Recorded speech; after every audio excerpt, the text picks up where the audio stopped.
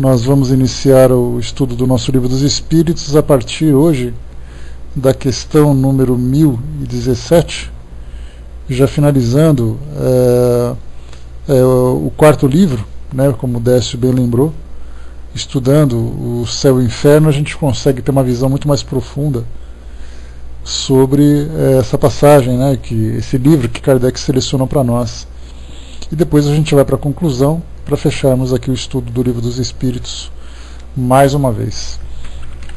Antes da gente começar, só para contextualizar o nosso estudo, eu falei para vocês que quando a gente estuda sobre conceitos bíblicos, dogmas, crenças e tudo mais, é fundamental que a gente tenha em mãos um material que traga essa informação, especialmente voltados para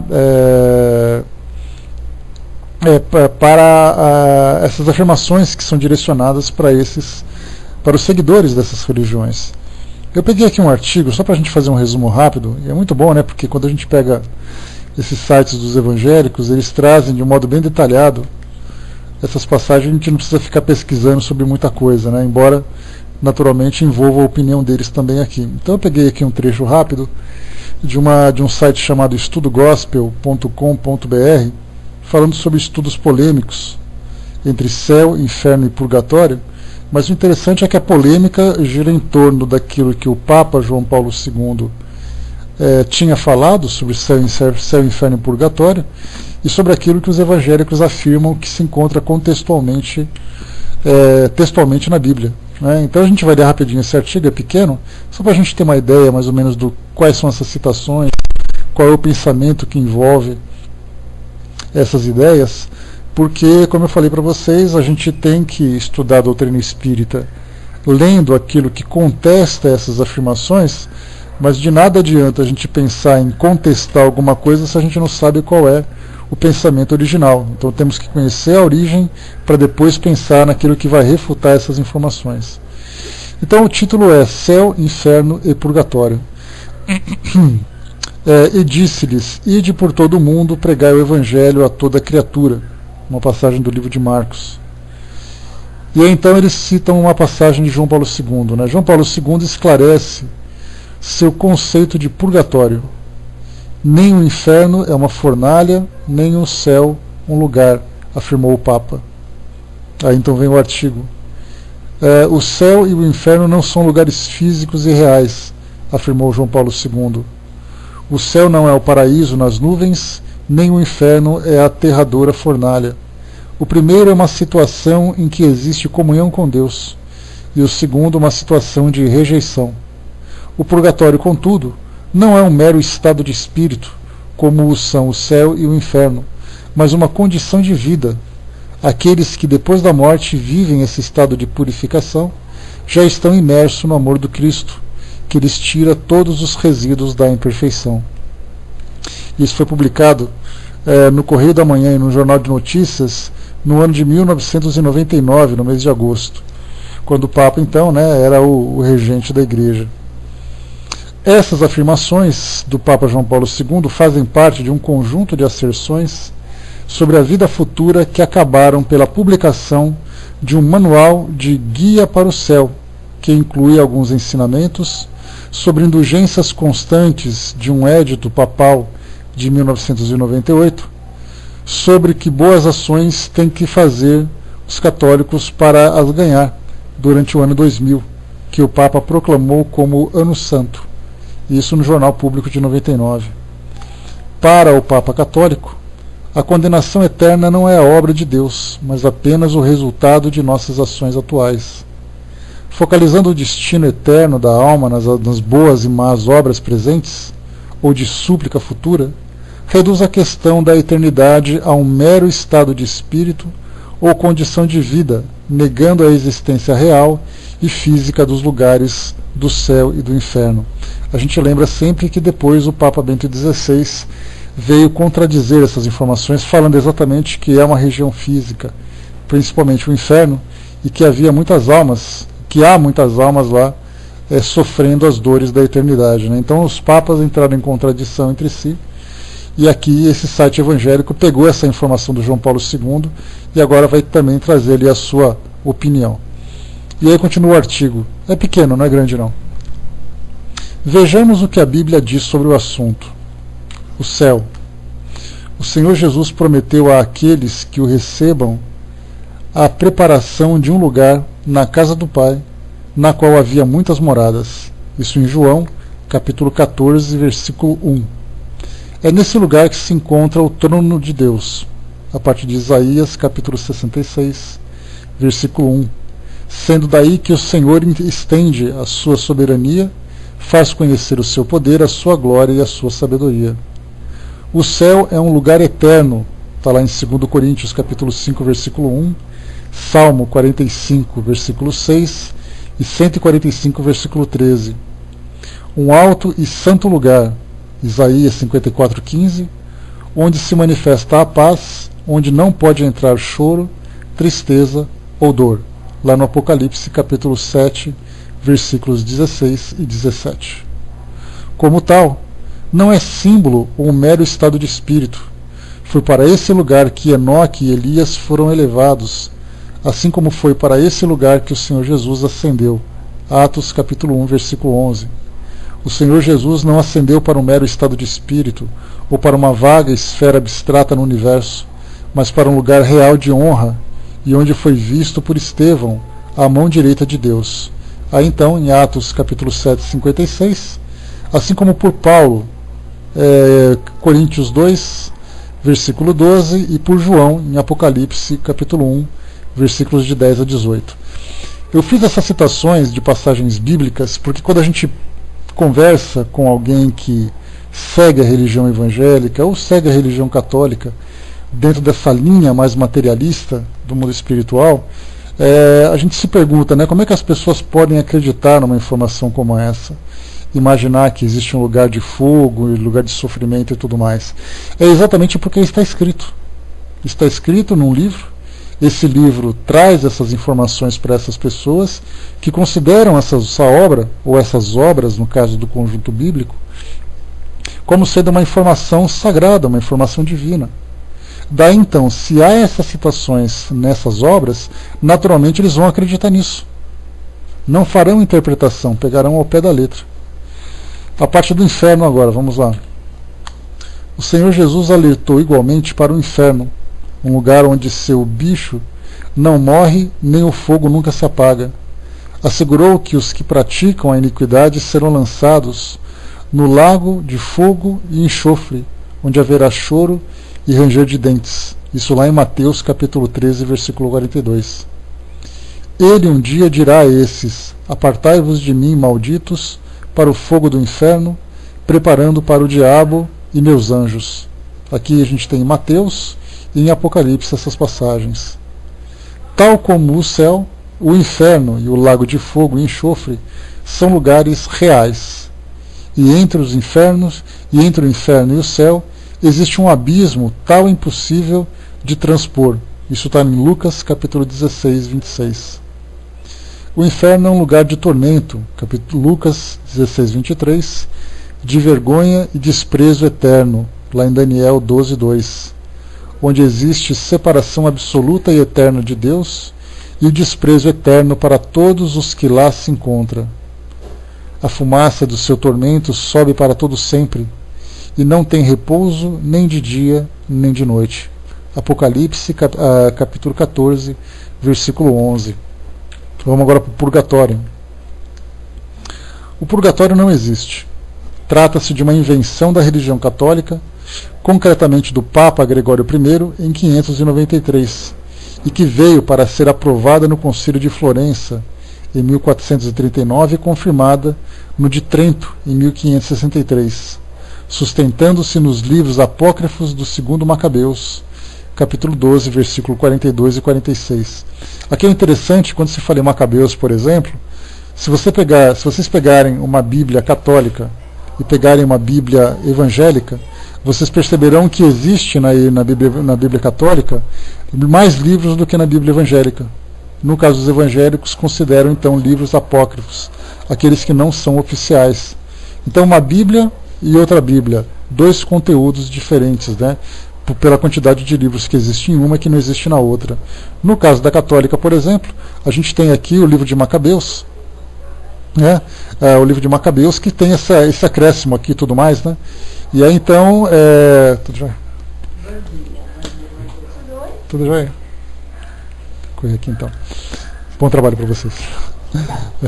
Então aqui a gente vê que nesses livros trazem informações onde eles se baseiam, onde eles endossam essas informações, sendo que uma religião aceita, a outra religião não aceita. O Braz lembrou aqui, né, que foi Lutero quem tirou, né? Na verdade, Braz, né, muitas informações foram mexidas com o passar do tempo, né? Lutero trouxe ali a opinião dele em algumas coisas, lembrando que Lutero era um bispo católico. Então, na verdade, depois que ele promoveu essa reforma religiosa, ele pode até ter feito algumas mudanças, trazendo ali, né, uma lista de mudanças, de alterações que deveriam ser feitas e tudo mais. Mas no caso a gente pega aquilo que é oficial, né? E continua para nós aqui. Contudo, a Bíblia é bem clara ao afirmar em Mateus que uns irão para o tormento eterno e os justos para a vida eterna. Não há outro lugar ou outro destino.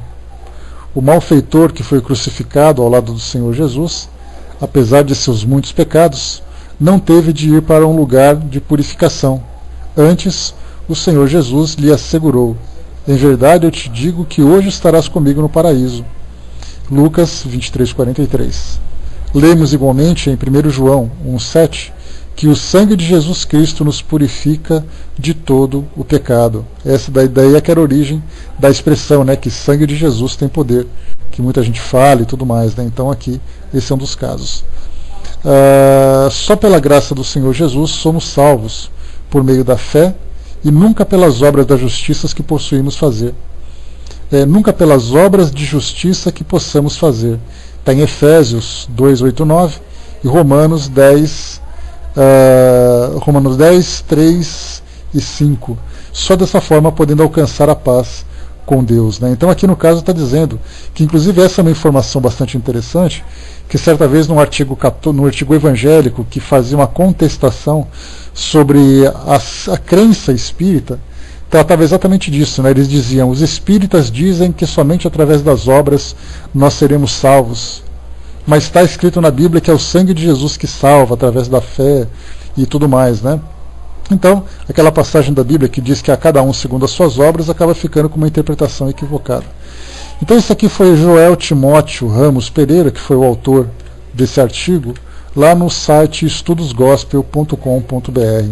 Trouxe para vocês aqui visão de duas religiões a respeito desses conceitos, inclusive da própria Igreja Católica, como a gente viu, já se alterou também. Vamos esperar qual vai ser o próximo, a própria visão desse novo Papa que vai chegar para trazer essa afirmação. Mas aí muita gente pergunta assim: mas eu não estou preocupado em estudar o que eles estão falando, eu só quero saber de estudar a doutrina espírita. Isso é muito interessante, é uma visão a princípio lógica, que já que nós somos espíritas, nós temos que estudar os conceitos espíritas. Mas nós não podemos abraçar um conceito espírita sem antes saber exatamente quais são os conceitos dominantes. Exatamente porque, se há essa proposta de mudança de opinião, de trazer uma nova visão do mundo espiritual, é necessário que nós tenhamos por base as informações originais e essas diversas opiniões. Então temos que ler muito, né, a opinião dos evangélicos, a opinião dos católicos, que são opiniões divergentes, que são opiniões que trazem ali pontos de vistas bastante pessoais, bastante personalistas, né, para que a gente possa estudar depois essas alterações, essas próprias mudanças. Então aqui vimos um pouquinho sobre esse céu, esse inferno e o purgatório na visão deles, e já estudamos no nosso encontro anterior sobre também a visão que os espíritos trazem, né? A gente lembra que na questão 1011, por exemplo, está aqui falando o lugar circunscrito de penas e gozos dos espíritos, o céu e o inferno, né? O inferno e o paraíso, se eles não existiam, como os homens os representam. O que se pode entender por purgatório, né? Aqui naturalmente Kardec pegou a visão católica para poder tratar desse tema, já que lá em Macabeus, que é considerado um livro apócrifo pelos evangélicos, o purgatório não existe. Temos aqui também como se explica que os espíritos que revelam superioridade tratam também desse assunto, né? Então, no caso dos espíritos que se manifestam em reuniões mediúnicas, eles falam muitas vezes sobre céu, inferno e purgatório. Mas aí depende, como os espíritos colocaram para nós, eles falam numa linguagem que possa ser compreendida por aqueles que estão ouvindo. Então eles não podem simplesmente chocar aqueles que estão abraçando determinada crença com novas informações que, na verdade, causariam muito mais um choque, um impacto negativo do que algo produtivo. Na questão 1014, no caso dos espíritos comuns, aqueles espíritos que são que abraçam, né, essa ideia das torturas do inferno ou do purgatório, são exatamente aqueles espíritos que vivem essa crença. Vivendo essa crença, né, eles dizem simplesmente que, olha, eu estou aqui no inferno, porque meu sofrimento nunca vai acabar. E quando se fala sobre esse sofrimento eterno, a gente lembra, né, naturalmente, que o sofrimento ele é eterno enquanto ele durar na visão desses espíritos. Muitas vezes uma culpa exacerbada, muitas vezes uma trajetória de vida que o espírito não vê uma forma de corrigir aquilo que ele já vivenciou, e também até influenciado pelas suas próprias crenças, ele se vê como alguém que não tem perdão, alguém que não merece perdão, partindo do princípio de que ele próprio não se perdoa por ter feito alguma coisa. E aí então ele não se vê como merecedor desse perdão, e aí então ele já coloca aquela ideia do inferno, então eu vou para o inferno e pronto. Ontem eu assisti a um filme que era interessante, uma passagem dele se desenvolvia no século XVI, século XV, onde os espanhóis e os portugueses faziam aquelas viagens para o mundo novo, né? Isso já mais em século XVIII, na verdade, 1700 alguma coisa. Então eles já estavam fazendo a sua programação para poder virem para o mundo novo, que seria o continente americano. E aí então o homem tinha acabado de cometer um crime. Ele tinha assassinado um outro homem, sem querer, porque numa discussão que eles estavam tendo, o outro caiu, bateu a cabeça, ele foi considerado como assassino. E aí então ele foi preso. E ele foi, nessa prisão, ele teria sido condenado, né, foi condenado à morte no dia seguinte. E aí então ele recorreu ao sacerdote católico naquele local, que era na Espanha ainda, antes de viajar. E aí então ele dizia assim: padre, eu preciso do perdão. E ele falou assim: mas eu não posso te perdoar porque você cometeu um assassinato. E o assassinato é algo que não pode receber perdão. Mas você pode se redimir através de uma pena, através de um sacrifício que você faça, através da penitência, que é a expressão correta que ele utilizou. Só que não dá tempo, porque a sua penitência demoraria muito tempo. E você só tem até amanhã. Então, infelizmente, a sua alma vai para o inferno. E que Deus tenha piedade dela. Virou as costas e saiu. Quando a gente começa a ler isso daqui, a gente fala: meu Deus, santa ignorância, né, da pessoa pensar dessa forma. E ele ficou apavorado, porque ele era uma pessoa de bem. Aquele acidente que matou o seu companheiro foi algo que contra a sua vontade. Ele era uma pessoa fiel à sua crença, era um homem de bem, era um homem de família, e ele ficou desesperado, não pela morte em si, mas pelo destino da sua alma. Esse mesmo pensamento que nós vemos no século XVIII, no século XIX, ou no século até XVI, que era também aquela época em que esse pensamento era muito intenso, principalmente pela força da Inquisição, do Tribunal do Santo Ofício, esse mesmo pensamento ainda acontece hoje. Quando a gente fala com os nossos irmãos evangélicos, católicos, sobre o destino de suas almas, existe um temor real de você encontrar o chamado inimigo, de você encontrar os demônios nesse local que é o inferno do fogo eterno. Então, na verdade, quando eles falam que você tem que se entregar a Jesus, que o sangue de Jesus tem poder e tudo mais, essas expressões são reais muito mais pelo medo do destino que eles vão encontrar do que simplesmente você transformar a sua vida para ser uma pessoa de bem. Então, na verdade, o bem não é um destino para ele, mas é um meio de fugir desse trágico final. Então é bem interessante como a gente vê. E quando chega no mundo espiritual, que é o caso dessa questão 1014A, o espírito que chega no mundo espiritual, tomado de culpas, tomado de aflições, e ele leva esses conceitos que são reais para ele se vê no inferno. E no caso os espíritos obsessores, aqueles que fazem essas perseguições, instigam cada vez mais esses espíritos, porque você realmente não tem salvação, porque você vai ficar para o inferno e tudo mais, e ele na sua própria mente começa a criar esse sofrimento. Então ele cria o sofrimento pelo fato de acreditar nisso. E é então exatamente a proposta da doutrina espírita é fazer com que a gente modifique o nosso entendimento a respeito do mundo espiritual, para que, chegando até lá, a gente não se depare com esses bloqueios, com essas amarras que acabam torturando moralmente um espírito por causa de uma crença infundada, de uma crença equivocada. Na questão 1015, que a gente estudou, o que se deve entender por alma penada, a gente falou sobre isso, né? Alma penada, espíritos que arrastam correntes, um espírito errante e tudo mais. Então essas expressões, porque espírito errante para o espiritismo tem uma visão. O espírito errante para as religiões tradicionais diz respeito, por exemplo, né, à alma penada. A alma penada é a alma que sofre uma pena, e essa pena pode ser eterna para ela. É uma alma errante e sofredora, que muitas vezes, já nos trabalhos doutrinários que são realizados, esses espíritos se manifestam nas reuniões mediúnicas de orientação espiritual, sendo classificados como espíritos sofredores, para que possam exatamente receberem as suas orações, receberem orientações, para que modifiquem, né, o seu estado íntimo, o seu estado psíquico, o seu estado emocional, e deem continuidade na sua evolução. Né? Tic-Tac colocou como esses slogans causam perturbação. Muito mais do que a gente imagina. Muito mais. Né? Eu vejo aqui, eu falei para vocês que a minha residência nova, ela fica aqui numa rua que muito próximo tem uma igreja evangélica. E é a igreja evangélica pentecostal, aquelas que são bem radicais. E algumas vezes você está vendo televisão e eles estão fazendo o culto deles, com microfone, com aquelas canções e tudo mais. E às vezes, né, se o programa não está interessante, eu dou aquela desligada assim, intelectualmente, né, mentalmente do programa que eu estou assistindo, e presto atenção naquilo que eles estão falando. E a argumentação, a forma como eles se expressam, as ideias que eles transmitem e tudo mais, são exatamente isso, é aquele terrorismo espiritual mesmo, falando que se você não fizer tal coisa, você vai sofrer, você vai para o inferno. E aí então a gente fica imaginando aquelas pessoas que participam desses cultos e aceitam aquilo como sendo uma realidade. Então, eu falei para vocês de um filme do século XVIII e fala do século XXI, não mudou muita coisa, não.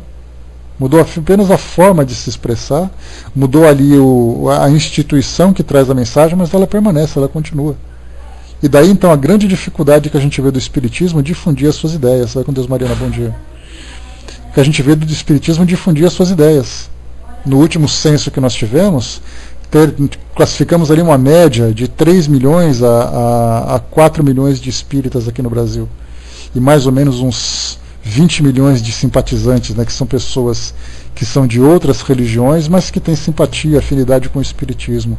Então, se a gente pegar o Brasil, por exemplo, que tem ali 190 milhões de pessoas, apenas 20 milhões de pessoas pensam de modo diferente, a gente tem 170 milhões de pessoas, a grande maioria dessas envolvidas com essas religiões tradicionais, que acreditam piamente no céu, no inferno e no purgatório. Acreditam nas penas eternas, acreditam nos demônios e tudo mais. Então a gente vê assim, quanto tempo o Espiritismo vai demorar para poder transformar a humanidade. A gente vê que tem um trabalho enorme pela frente. Um trabalho assim, que os espíritos estão ali, né, suando frio, né, para poder trazer um novo conceito dentro dessas instituições. E isso porque quando a gente fala de fora no Brasil, né, porque se a gente lembrar fora do Brasil, então a gente vai encontrar ali nações que são muito fortes, né, que tem um pensamento muito forte nesses conceitos, que sequer conhecem o Espiritismo. Então a gente pode imaginar assim o trabalho que ainda tem que ser feito, né?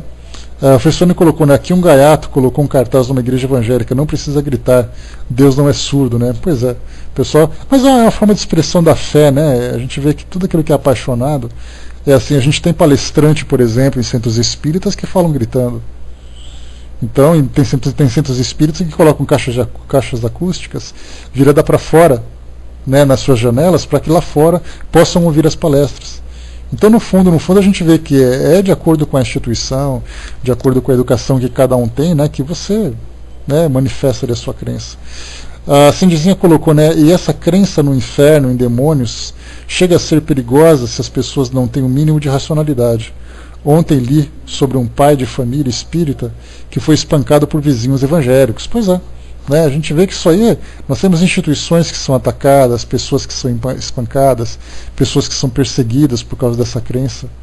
Então nem a legislação da nossa sociedade é capaz de impedir o ataque dessas pessoas que têm essas crenças fechadas.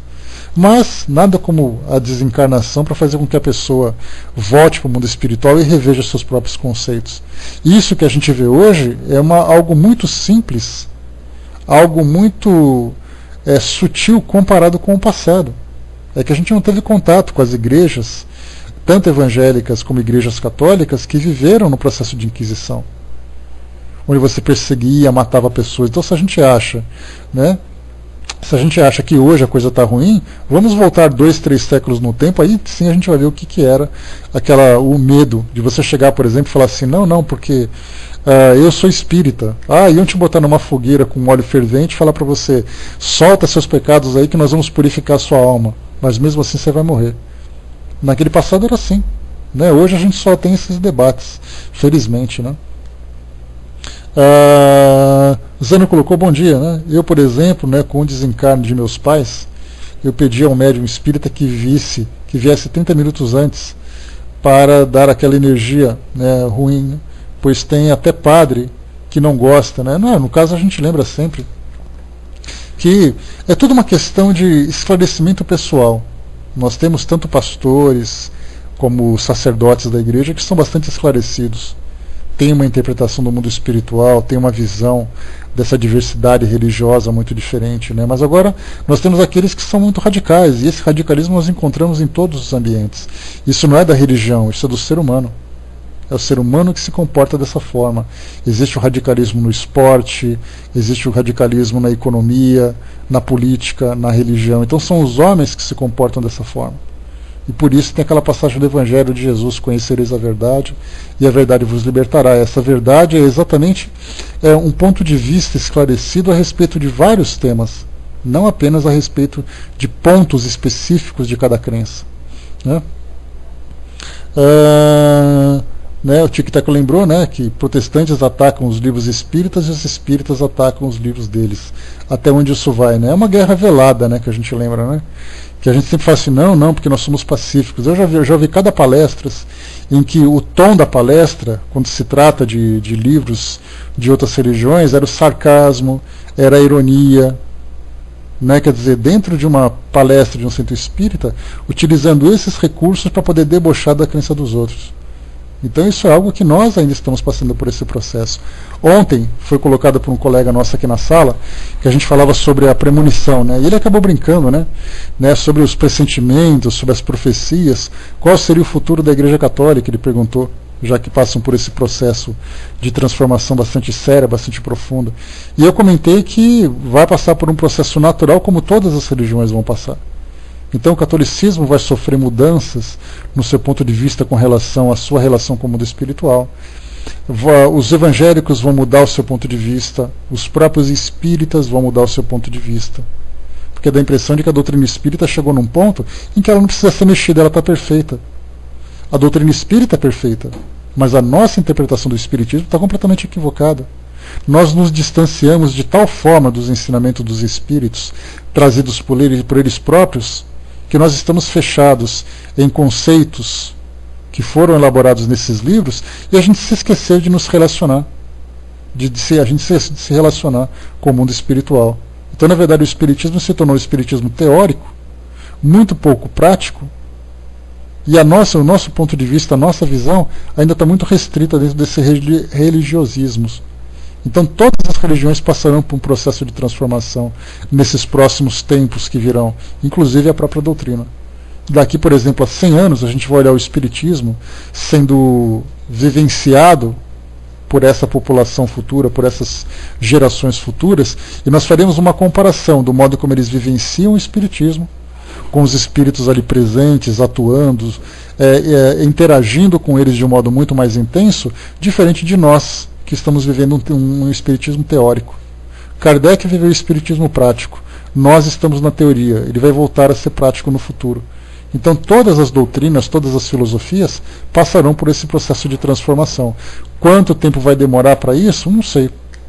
Eu muitas vezes quero ser otimista, mas quando a gente começa a ver a forma como alguns pensamentos estão enraizados na nossa mente, a gente começa a se desiludir um pouco, percebendo que o trabalho tem que ser um trabalho mais profundo, um trabalho que vai exigir um pouco mais de sacrifício, muito mais sacrifício do que a gente imaginava, né?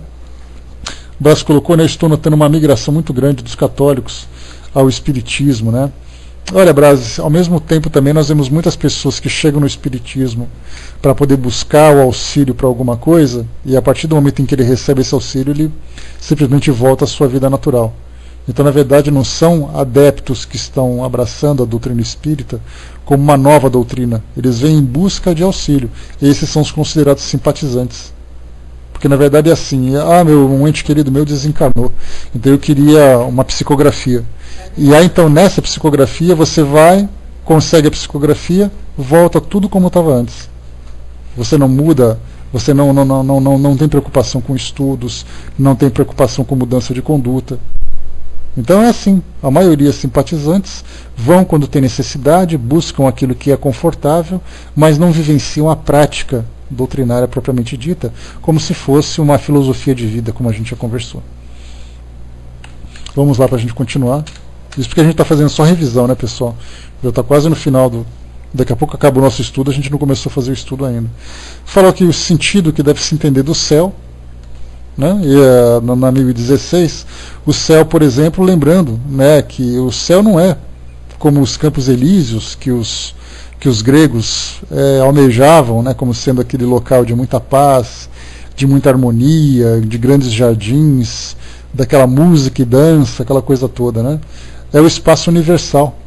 São os planetas, as estrelas e todos os mundos superiores em que os espíritos gozam de todas as suas faculdades, sem as atribulações da vida material, nem as angústias inerentes à inferioridade.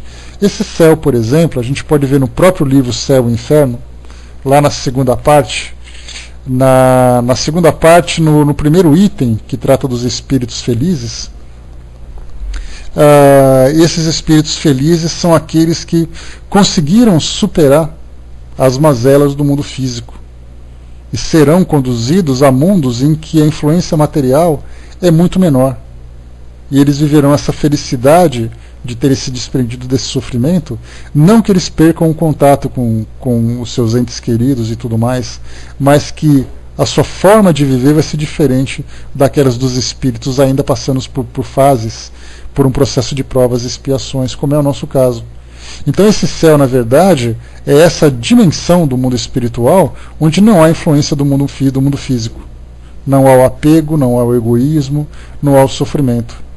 Nós estamos passando por esse processo de mudança de provas e expiações para a regeneração, onde espíritos regenerados são aqueles que terão mais facilidade para se desenvolverem moralmente, espiritualmente.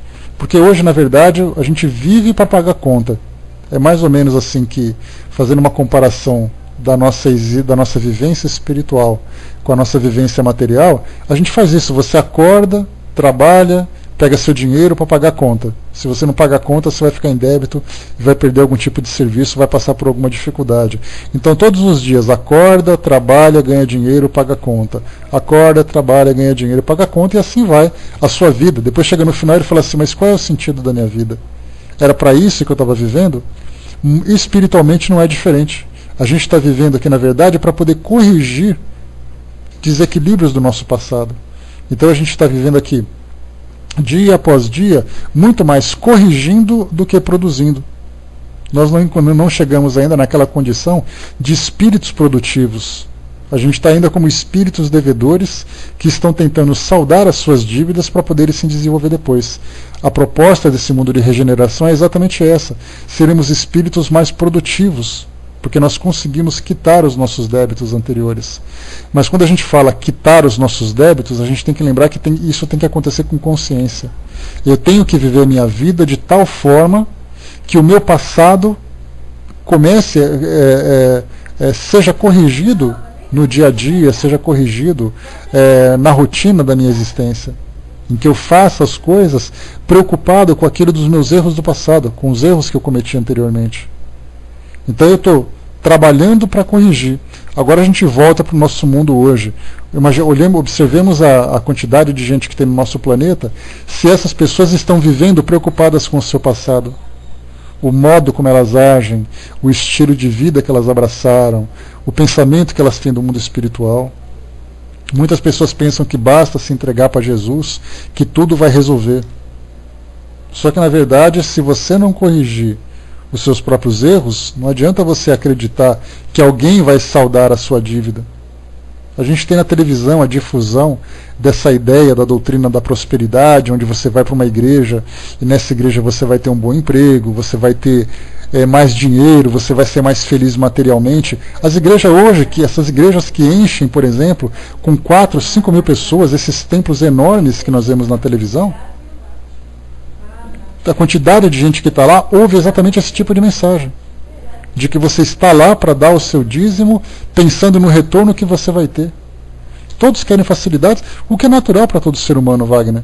Mas a partir do momento em que a gente começa a compreender que a coisa não funciona bem desse jeito, a gente busca essas facilidades ou esses confortos, mas sabendo que vai ter que fazer sacrifício. Então os homens são assim. E essas igrejas aproveitam exatamente isso. Aconteceu de uma igreja que você coloca o teu nome num livro de dizimistas, que foi até levado para Jerusalém lá pelo líder daquela religião, e que ele dizia assim, que se você der determinado valor do seu dízimo, você vai ganhar 10 vezes mais. E ele dizia assim na televisão, isso eu ouvi na televisão. Então se você quer ganhar 6 mil reais, você vai ter que dar 600 reais. Agora se você quiser dar só 100 real, você vai ter que se convencer com 1.000 real.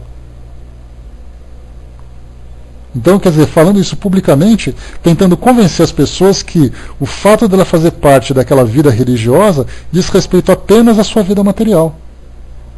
E aí volta a pergunta, o mundo de provas e expiações está se transformando para mundo de regeneração. E a pergunta é, quanto tempo a gente acha que esse processo vai demorar? Pelo que a gente vê na televisão, muita coisa ainda vai rolar por aí. São 2, 3, 4 encarnações para que a gente possa modificar esse nosso modo de pensar. Né? Todo mundo faz, exatamente, Wagner. Essa ideia da caridade, por exemplo, é assim, né? Eu vou fazer uma caridade para garantir meu lado. Né? Vai que não dá certo. Né? A Florzinha lembrou, né? E as pessoas que acreditam nisso, mesmo as intelectualizadas não são pessoas moralizadas, Florzinha. Os espíritos nos orientam sobre isso. Essa ideia de que você é uma pessoa muito inteligente, mas que os seus valores ainda não se desenvolveram, porque a sua inteligência, na verdade, ela estimula em você a sua ganância, ela estimula em você a ambição, estimula o egoísmo. Então, quanto mais inteligente a pessoa é, mais senhora de si ela acredita ser. Então essa humildade de pensar assim, eu sei que eu tenho inteligência, mas também eu tenho que desenvolver os meus valores, é algo que ainda não foi assimilado pela nossa sociedade. Né? Deixa eu ver aqui. Né? Ela me dizia que Deus abençoe e a prosperidade está na Bíblia. Né? Eu me calei exatamente nessa ideia da prosperidade. Na Bíblia, as pessoas pensaram nisso. Né? A gente vê que os ensinamentos de Jesus não tratam de questões materiais. Mas as pessoas arrumam um jeito de interpretar e dizer que Jesus disse que você tem que dar a sua contribuição, aquela coisa toda. E ele diz, né, a Deus o que é de Deus, a César o que é de César. Só que estão pegando aquilo que é de César e jogando para Deus. E pegando aquilo que é de Deus e jogando para César. Estão fazendo essa confusão toda. Mas isso é um resultado do quê? A gente lembra sempre que fazendo uma análise antropológica, uma análise teológica da questão, a gente lembra que uma sociedade que passa por dificuldades materiais, é natural que as pessoas busquem uma forma de aliviar suas dificuldades financeiras. E qual é a melhor forma de você fazer isso? Ir em busca da fé. É através da fé que você vai conseguir buscar esse conforto, o que é um equívoco da parte dessas pessoas. Né?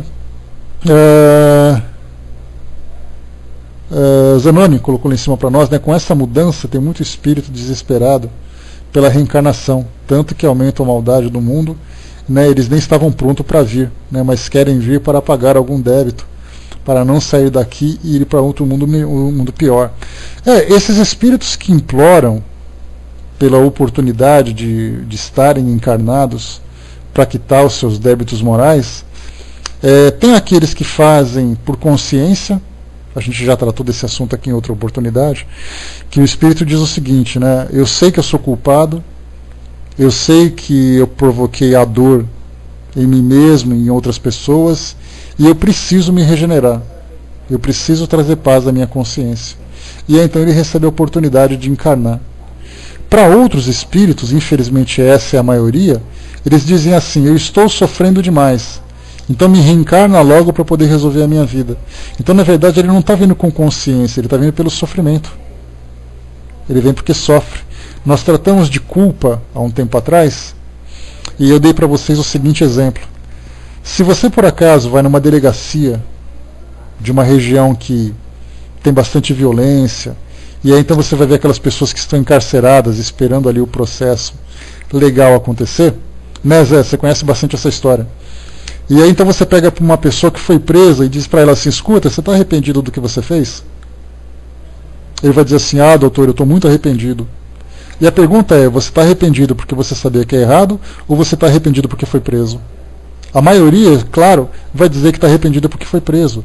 Porque se ele não estivesse sido preso, ele não teria culpa nenhuma, arrependimento nenhum. Então a gente vê que mais ou menos acontece assim também no mundo espiritual. Muitos espíritos querem reencarnar, querem uma nova oportunidade, simplesmente para parar de sofrer. E quando chega aqui no mundo material e começa a se envolver com as atividades do dia a dia, com os estímulos que o mundo vai oferecendo e tudo mais, ele se desvirtua. Ele sai daquela proposta original e volta e se transforma exatamente na pessoa que ele era antes. Então a maioria dos espíritos ainda busca, tanto nós, a maioria de nós que chegamos no espiritismo, chegamos por quê? Porque é uma doutrina filosófica muito interessante, porque eu quero aprender um pouquinho mais, ou porque eu estava sofrendo? A maioria vem pelo sofrimento, por uma dificuldade que está passando.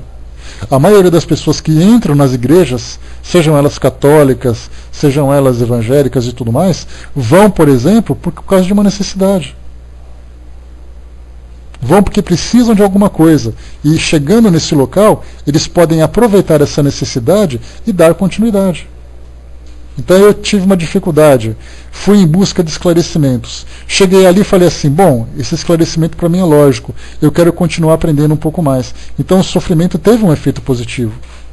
Mas para a maioria das pessoas não, você vai, passa pelo sofrimento e depois você desaparece. É igual ao consultório médico. Você nunca vai para fazer um check-up. Raras são as pessoas que vão por consciência. Eu preciso fazer um exame preventivo, eu preciso fazer isso, preciso fazer aquilo. Agora, no momento em que dói alguma coisa, eu corro para o consultório. Parou de doer, tomei o remédio, muitas vezes eu nem acabo o tratamento. No mundo espiritual não é diferente. Fernanda lembrou, né? Você me fez lembrar do vídeo do ladrão, que dizia que eles nem podem roubar tranquilos, né? Não tem respeito pelo esforço dele de roubar, né? Pois é. Né? A culpa seria uma fuga? Perguntou a Kátia. Na verdade, a culpa não é fuga, a culpa é uma cobrança da consciência, Kátia. Tá? Ninguém consegue fugir da culpa. Porque se você pensar assim, não, eu me sinto culpado para fugir do problema. Na verdade, a culpa intensifica cada vez mais a lembrança de todos os problemas que a pessoa passou. E através da culpa já é um processo de aprendizado. Porque tem pessoas que cometem erros e nem sentem culpadas por isso. Eu matei mesmo porque estava preocupado. Eu traí mesmo porque eu não gostava mais. Eu fiz tal coisa porque estava ali, não sinto culpa nenhuma. Se tivesse outra oportunidade eu faria de novo. Então a culpa já é parte de um processo de transformação. O que essa pessoa vai fazer com essa culpa a partir daí já é outra história. Porque muitas vezes a culpa vai ficar consumindo aquela pessoa por toda a eternidade dentro da visão dela e ela não vai conseguir se resolver. E a culpa, na verdade, vai levar a pessoa ao arrependimento, à reparação e depois sofrer as consequências daquilo que ela fez, que é o caso da expiação. Então é parte de um processo que a gente lembra. Né? A Betinha lembrou, né? Quando está tudo bem, nem lembramos de Deus. Olha, Beth, a gente lembra que tem pessoas que até lembram, tem ali a sua religião, fazem as suas orações, mas a gente pode perceber que as preces são muito mais intensas quando a gente está sofrendo. Porque quando sofre, a pessoa ajoelha, junta as mãozinhas, chora e faz aquela prece fervorosa, evoca todos os santos, evoca todos os espíritos. Quando está tudo bem, ele faz aquele Pai Nosso rapidinho, pensando no que vai fazer para a janta do dia seguinte e está resolvido. Infelizmente é assim. É no momento de sofrimento em que a gente intensifica a nossa aproximação com Deus. É uma forma de nós buscarmos a tábua de salvação. Né? Vamos lá. Agora a gente vai para o estudo propriamente dito, tá, pessoal? 1017. Disseram alguns espíritos habitar o quarto, o quinto céu, etc. O que entendiam por isso? Aí, no caso das manifestações que os espíritos faziam, né, nas suas manifestações nas reuniões mediúnicas, muitos deles diziam habitar esse quarto, quinto céu. A gente lembra sempre que essa crença do quinto céu, do quarto céu, está muito voltada para as religiões orientais. Então, quanto mais alto o céu, são 7 céus, dentro da visão hindu, por exemplo.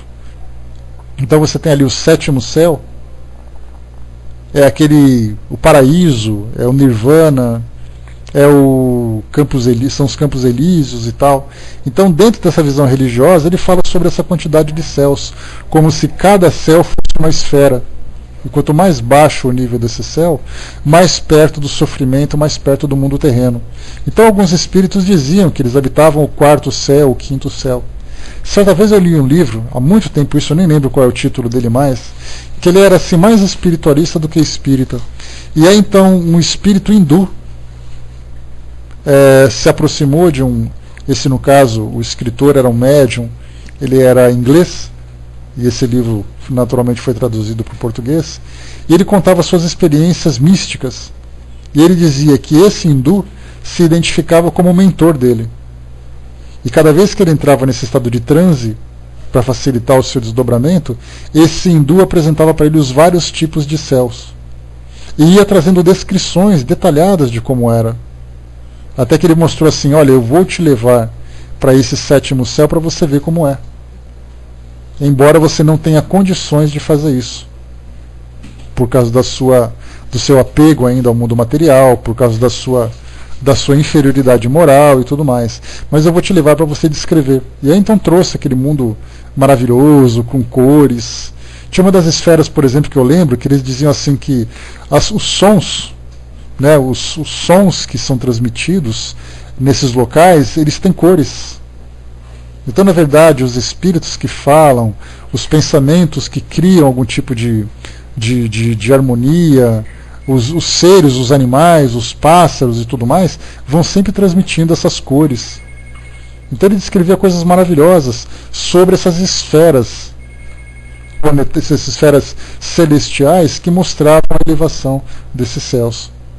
Né? Então, aqui o que os espíritos lembram, né? o que Fristone falou, por exemplo, nosso lar, essa comunidade de espíritos, o que ela seria? Mais ou menos aquilo que os espíritos vão responder para nós aqui. No caso, por exemplo, de um espírito que tem essa crença nesses 7 tipos de céus, se você perguntar para ele alguma coisa relacionada com a sua própria crença, ele vai responder sobre aquilo que ele acredita. Então está aqui, por exemplo, vós lhes perguntais que céu habitam, porque tendes a ideia de mundo de muitos céus sobrepostos como os andares de uma casa. Então eles respondem de acordo com a vossa linguagem. Mas para eles as palavras 4º, 5º céu exprimem diferentes graus de purificação e, por conseguinte, de felicidade. É exatamente como quando se pergunta a um espírito se ele está no inferno. Se for infeliz, dirá que sim, porque para ele o inferno é sinônimo de sofrimento. Mas ele sabe muito bem que não se trata de uma fornalha. Um pagão vos responderia que estava no Tártaro. Aqui, os espíritos colocam para nós, naturalmente, a resposta daqueles que têm um pouco mais de esclarecimento. Mas, de um modo geral, quando a gente fala sobre essa questão das crenças e tudo mais, esses espíritos, ainda muito apegados às crenças terrenas, acreditam piamente e sentem, inclusive, esse fogo do inferno consumindo suas almas. É uma questão de crença pessoal de cada um. Deixa eu ver aqui... Zanoni colocou: nosso lar pode ser uma cidade umbralina de resgate, né? São os planos mentais. O que a gente lembra, né, Fernanda, Zanoni, pessoal, é que os espíritos colocam para nós que, e é até difícil, porque a gente fala com tanta facilidade, com tanta intimidade sobre essa estrutura do mundo espiritual, e a gente tem que ter essa humildade de dizer assim: eu não faço ideia do que eles estão falando. Como é que a gente pode imaginar um mundo mental? O que a gente entende por essa expressão, um mundo mental? A gente não faz ideia do que seja porque a gente nem sabe como funciona a nossa mente. A gente não tem ideia do que é o pensamento. A gente não tem ideia da liberdade, do que significa o pensamento como uma força construtiva. A gente não sabe. Para nós é algo muito abstrato. Então a gente chega assim e fala assim, não, porque no mundo espiritual nós vivemos lá em planos mentais. Que diabo que é esse plano mental? Como é que a gente pode imaginar que nessa referência material que a gente vive hoje, o máximo que a gente consegue é ver os planetas nos livros de astronomia, nas fotos que a gente pega na internet, aquela coisa toda. De você ver lá um planeta como Júpiter, Saturno, Marte, Vênus e tal. Fora isso, é tudo abstrato. A gente não consegue ainda trazer para nós algo abstrato. E essa é uma grande dificuldade. Essa é uma grande dificuldade, inclusive, que os espíritos têm de explicar para nós onde eles vivem. De você chegar a falar para um espírito assim, escuta, onde você vive? Ah, eu vivo no plano espiritual. O que significa isso? Significa, olha, eu vivo num lugar que eu não faço ideia. Nem os espíritos conseguem definir onde eles vivem. Então, quando a gente começar a falar assim sobre plano espiritual, sobre dimensões, sobre esferas do pensamento, isso tudo para nós são palavras que a gente nem faz ideia do que seja. Para alguém dizer isso tudo, ele tem que viver nesse plano. Se você não vive no mundo do pensamento, você não é capaz de definir o que significa esse mundo. E a gente vê isso em palestras, em congressos, em estudos, pessoas que chegam assim, enchem o peito e falam assim, não, porque o mundo espiritual é um mundo moral, é um mundo mental. Ele não faz ideia do que ele está falando.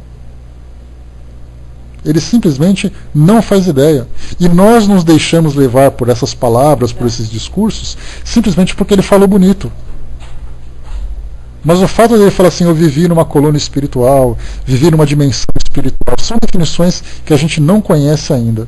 Então a gente tem que ter muito cuidado quando ouvir essas palestras, essas instruções, para não criarmos na nossa mente imagens que estão muito mais relacionadas com o mundo material do que com o mundo espiritual. Tenhamos muito cuidado com isso, a gente não sabe como é que é. Uma forma de nós termos uma compreensão maior sobre o mundo espiritual seria nós estreitarmos um pouco mais essa relação com os espíritos. De, através de uma reunião mediúnica, falar para ele assim, olha, eu sei que você vai ter dificuldade, mas tenta me explicar como você vive, onde você vive. Aí ele vai tentar falar de cores, de imagens, de estruturas, porque é o que a gente consegue compreender, ou mesmo é o que ele consegue compreender. Quando a gente pega no capítulo 14 do livro A Gênese, que trata dos fluidos, fala no...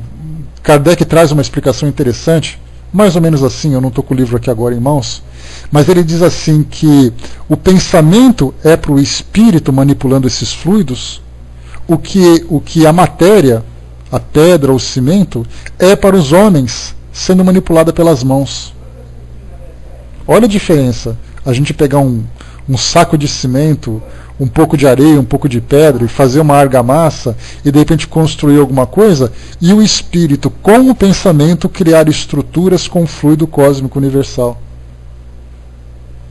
E aí então a gente chega assim, não, deixa comigo que eu sei tudo sobre isso. Através do pensamento eu manipulo o fluido cósmico universal e eu crio aquilo que eu desejo. Será que a gente sabe do que está falando? Pensamento e vontade, Wagner. Essas são as forças motrizes do mundo espiritual. Mas como elas funcionam? A gente não sabe. A gente não sabe porque isso foge do nosso entendimento. A gente tem que ter essa humildade de dizer assim, eu não faço ideia do que esses caras estão falando. Quando a gente parte desse princípio de que eu não sei nada, aí eu começo a construir uma ideia diferente daquela que eu tinha até então. Então não se deixem iludir por aqueles palestrantes, estudiosos que falam que conhecem o mundo espiritual como se estivesse falando da casa do vizinho. Não sabem. Deixa eu ver aqui, o Francis colocou um pouquinho mais acima. Quando desencarnar, não sei para onde vou, pois segundo a doutrina, a reticidade é uma região sem demarcações. Então será que vou dirigido de acordo com a minha consciência ou guiado pelos mentores espirituais para uma região que sequer tinha a mínima ideia? Olha, Francis, o que os espíritos falam é que você é atraído para uma dimensão de acordo com a sua afinidade com ela. Aí você pode dizer assim, eu não entendi nada. E pode dizer também, eu tenho certeza que você não entendeu o que você falou. Realmente a gente não entendeu. Como é que nós somos atraídos por uma afinidade mental? Como é que nós podemos imaginar que o pensamento consegue criar essas dimensões do mundo espiritual? Então, na verdade, é assim, a gente tem que aguardar, mas ter essa certeza de que é a forma como eu penso, é o tipo de vida que eu levei, é o padrão moral e mental que eu consegui construir, que vai fazer com que eu me aproxime daqueles espíritos que são afins comigo. É o máximo que a gente consegue. Deixa eu ver aqui. O Braz lembrou, né, que o maior segredo que envolve essa humanidade é a tal matéria quintessenciada. Eu teve uma palestra interessante, Braz, num congresso que eu tive a oportunidade de ouvir pela internet, por isso que eu falo para vocês, né? Meio dúbio não, é completamente obscuro, não existe nada de dúbio, é obscuro, a gente não tem ideia do que eles estão falando, tá? Uma palestra que eu ouvi recentemente na internet, que foi transmitida, que falava sobre qual era o tema do congresso? É o congresso de Goiás, que teve agora umas 2 semanas, né, que até umas 3 semanas mais ou menos, que até nosso amigo Jailton e o Hermes estavam lá também. E aí então, num desses congressos estava tendo um debate muito interessante, em que na mesa redonda, né, nessa mesa redonda, no final do congresso, nós tínhamos ali doutor em física, mestre em medicina, doutor em medicina, mestre em psicologia, pessoas com títulos acadêmicos dos mais interessantes. Esse que era doutor em física, que era um professor aposentado, aqui de uma instituição de... Foi o Espiritismo, né, Tchênio?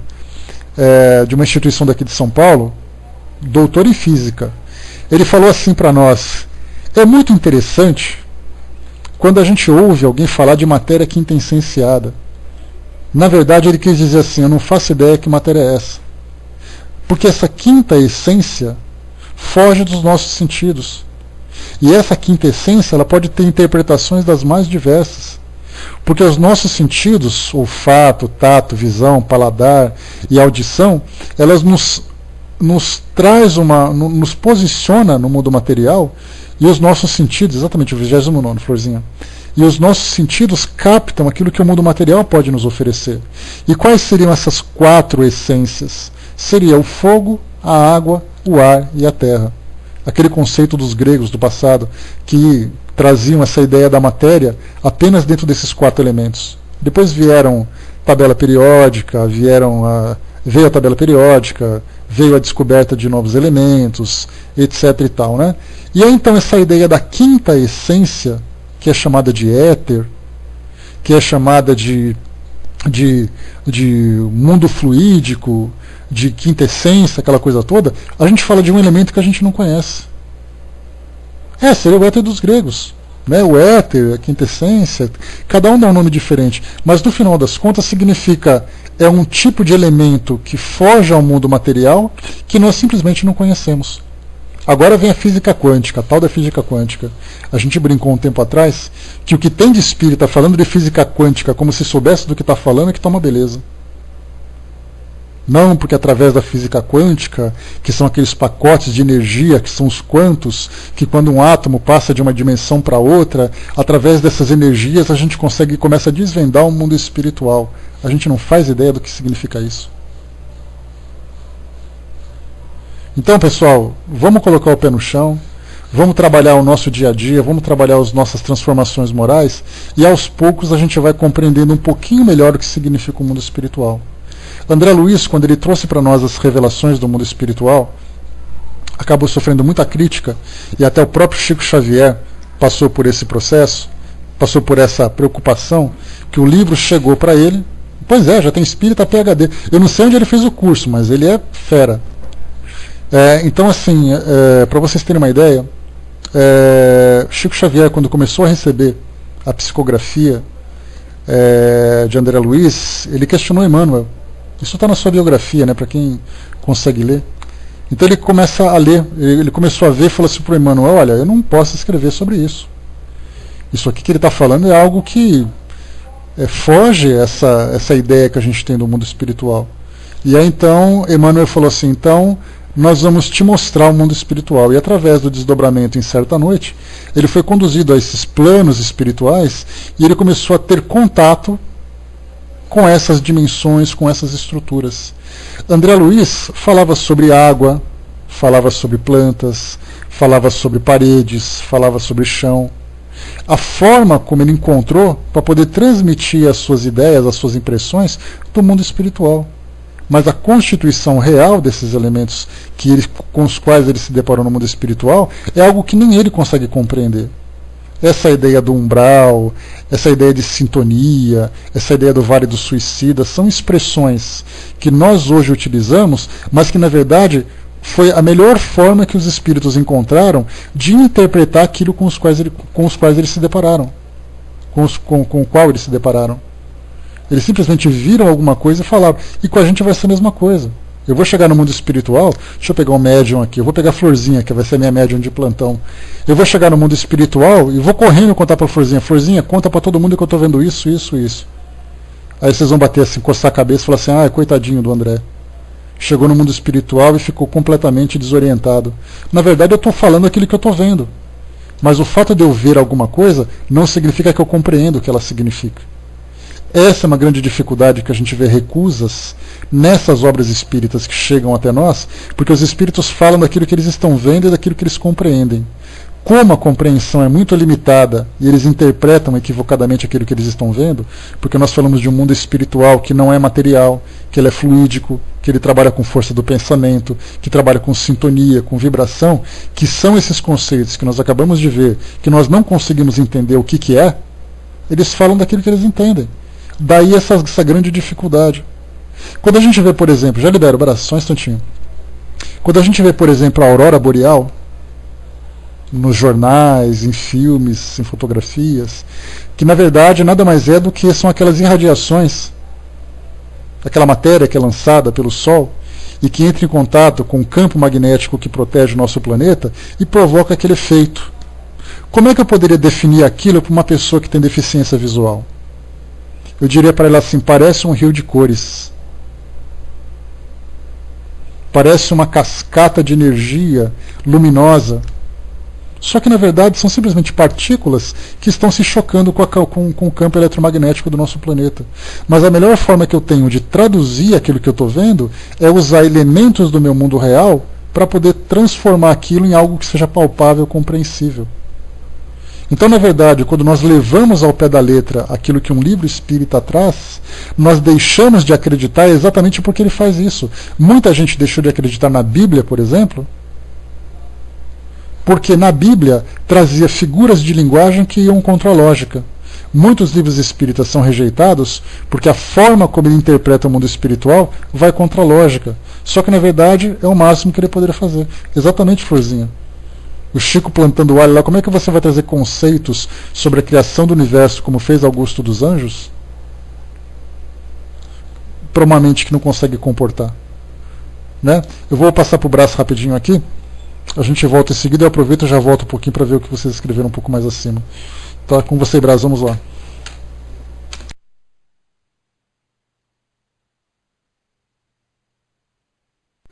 Olá pessoal, me ouvindo?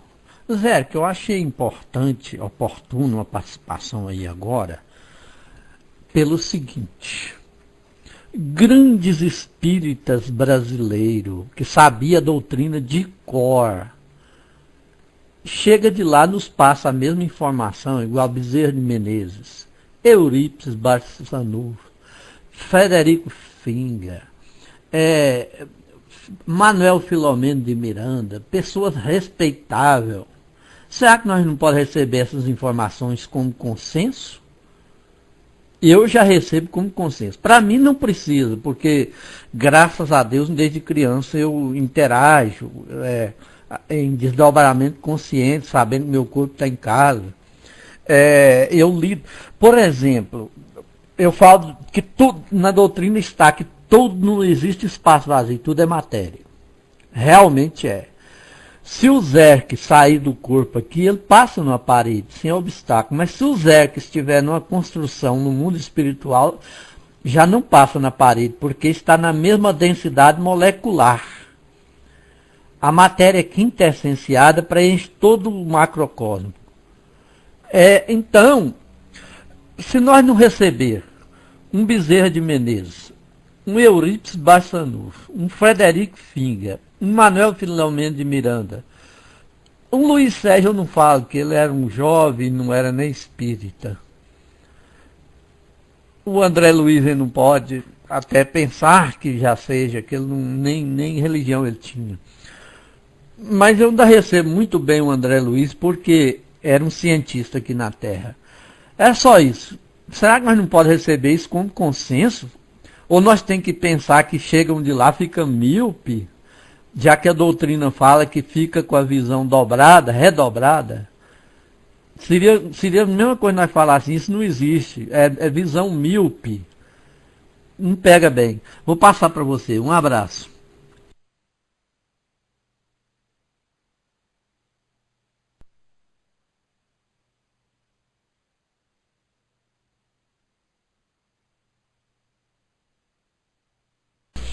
De fato, Brás. Tá, só rapidinho. Dudu, você me lembrou agora do tema livre que seria hoje, seria mesmo, mas com essa coisa de mudança, de interrupção e coisa e tal. Acabei me esquecendo. A gente faz na semana que vem, sem problemas. Tá bem lembrado. Acabei me esquecendo mesmo. Mas o que o Brás lembrou foi exatamente isso. Né? Esses espíritos chegaram trazendo para nós uma visão do mundo espiritual, utilizando uma linguagem que nós sejamos capazes de compreender. Só que para lermos essas obras, esses livros, essas informações que chegam para nós, é importante que, como foi colocado, né, aqui pelo Zanoni, né, que a gente tem que aguardar um pouco mais. A coisa veio de um modo bruto, mas ela precisa ser digerida com calma, com paciência, aguardando, em vez de nós recusarmos, por exemplo, a ideia de que existe algo, entre aspas, material no mundo espiritual, é importante que a gente compreenda as dimensões da matéria, de que forma que isso se estruturou. Né? O Brás lembrou, por exemplo, de matéria quintessenciada, que o universo é cheio dessa matéria. Até mesmo essa matéria quintessenciada, ela tem vários graus de densidade. Desde você pegar, por exemplo, um espírito que se manifesta, o seu perispírito, que tem ali uma roupa que ele está vestindo, que ele criou com a força do seu pensamento. Olha de novo aquela coisa lá, ele criou com a força do pensamento. O que significa? Ele não faz ideia, ele criou inconscientemente. O pensamento dele criou lá uma estrutura com fluido que ele conseguiu apresentar aquilo lá. Então, desde essas estruturas que nós estudamos lá no livro dos médiuns, que falava sobre roupas, sobre objetos, laboratório do mundo invisível, lá no livro dos médiuns. Quando se fala sobre esses fluidos, até a gente pensar naqueles fluidos mais sutis que compõem esses mundos superiores, que a gente também não faz ideia do que significa isso, de como eles são formados. Então, na verdade, é assim, esses fluidos que fogem da matéria que nós compreendemos, eles têm assim graus que nós a nossa própria física ainda vem aprendendo. Nós tivemos aqui na escola, por exemplo, a gente aprendeu inicialmente que a matéria tem 3 estados: o estado líquido, o sólido e o gasoso. Todo mundo se lembra disso. Mas depois veio uma outra forma de matéria, que é o plasma, que nós temos, por exemplo, nas lâmpadas fluorescentes. Quando elas ficam ali radiosas, né, são gases que, bombardeados com partículas elétricas, acabam irradiando. Aquilo é um estado de matéria. TVs de plasma, tablets, celulares, neon, essas placas luminosas que nós temos de propaganda, isso tudo é o plasma, é uma nova forma de matéria. E eles já conseguiram descobrir outras 2 formas de matéria, uma delas natural, né, mas que nosso planeta não consegue comportar, porque isso vai nas estrelas, né, que tem ali um poder de combustão, tem ali uma força atrativa muito poderosa, que o nosso planeta não tem. E tem uma outra que é criada artificialmente. Então, daqueles 3 que a gente tinha, sólido, líquido e gasoso, nós temos 6 formas de matéria que a nossa física conseguiu definir. Que isso pode ser percebido pelos nossos instrumentos. Agora imagina essa matéria invisível aos nossos instrumentos. A matéria escura, por exemplo, é a matéria que foi percebida pela força gravitacional dela. Ela não foi percebida por porque conseguiram pegar um pouquinho que estava no espaço e colocar no microscópio para olhar. A força gravitacional começou a apresentar novas formas de ação, uma nova força gravitacional, um artigo que eu li ontem, vem sendo descoberto. Olha quanta coisa ainda que o mundo material tem para descobrir, que o mundo espiritual ainda nem sequer cogitou. É muita coisa. Rapidinho, para a gente poder fechar aqui, Dudu colocou lá em cima para nós. Talvez você não seja levado à erraticidade por uma vibração fluídica. O que significa vibração fluídica, Dudu? Significa que, como se fosse um ímã, que uma pessoa atrai outra pessoa, como se fosse um ímã atraísse o metal? Após desencarnar, estamos juntos, ficamos juntos daqueles que compatibilizam com a mesma forma perispirítica, com a minha forma perispirística. Olha só, forma do seu perispírito. A forma do seu perispírito não significa a densidade do perispírito, né? Porque a densidade, na verdade, a gente lembra sempre, a densidade traz para nós, quanto maior é a densidade dessa matéria espiritual que a gente não conhece, mais próximo do mundo material a gente se encontra. Então, forma do perispírito, qualquer um pode ter essa forma. Agora, a densidade dela vai depender da sua proximidade com o mundo material. E mesmo assim a gente não sabe por quê. Todo mundo fala, não, porque o espírito, quando ele é muito materializado, o seu perispírito é muito denso, não sabe o que está falando também. Se você não vê um perispírito, se você não pega o perispírito, se você não examina, você não consegue entender por que dessa densidade, nem de que matéria ele é feita. O próprio Kardec falava isso, o perispírito é feito de uma matéria que nós ainda não compreendemos. Allan Kardec falou. Porque era um elemento novo, era algo que ainda fugia da compreensão. Né? Deixa eu ver aqui, se existe várias moradas na casa de meu pai, vamos morar em várias dimensões, de acordo com o nosso fluido vital. Porque quando desencarnamos, esse fluido não nos levaria à reticidade, onde muitos que lá vivem estariam compatíveis comigo, né? Isso que eu penso, né? Pois é, mas é essa coisa, né? O fluido vital, na verdade, Dudu, ele serve para que você esteja vivo na matéria, no físico, tá? Quando você desencarna, você perde seu fluido vital. Uma planta tem fluido vital, um animal tem fluido vital. Então, está vendo só os nomes como eles confundem, porque a gente não consegue compreender. Na verdade, a gente fala do fluido cósmico universal. Então, o fluido vital, quando eu dou o meu fluido vital, significa que o espírito pode se materializar, é o ectoplasma. Então, essa confusão, quando você desencarna, o seu fluido vital deixa de existir. Porque você não precisa animar a matéria, animando um corpo físico. Se você pegar um vírus, por exemplo, esse vírus é animado por um fluido vital, já que ele está vivo. Tá? Então, assim, agora a forma como essa atração acontece, os espíritos conduzirem, né, quando você vai desencarnar, aparecem aqueles espíritos que te conduzem a determinado ambiente. Isso acontece exatamente por essa dificuldade que nós temos de entender essa sintonia, de trabalhar com a força do pensamento. De dizer assim, eu vou diretamente para aqueles que estão afins, que são afins comigo. Na verdade, eu sou levado até ele. E por isso a gente lembra sempre que essas estruturas do mundo espiritual servem exatamente para acolher esses espíritos. Só que a aparência que essas estruturas vão ter, da mesma forma que uma roupa fluídica de um espírito desencarnado tem aquele formato, tem aquela cor, tem aqueles detalhes, uma estrutura no mundo espiritual para acolher esses espíritos também pode ter uma aparência, uma estrutura, pode ter detalhes. Só que a gente pensa assim, não, na verdade isso é algo material. Nós estamos materializando. Na verdade é uma necessidade que nós temos de termos uma referência material.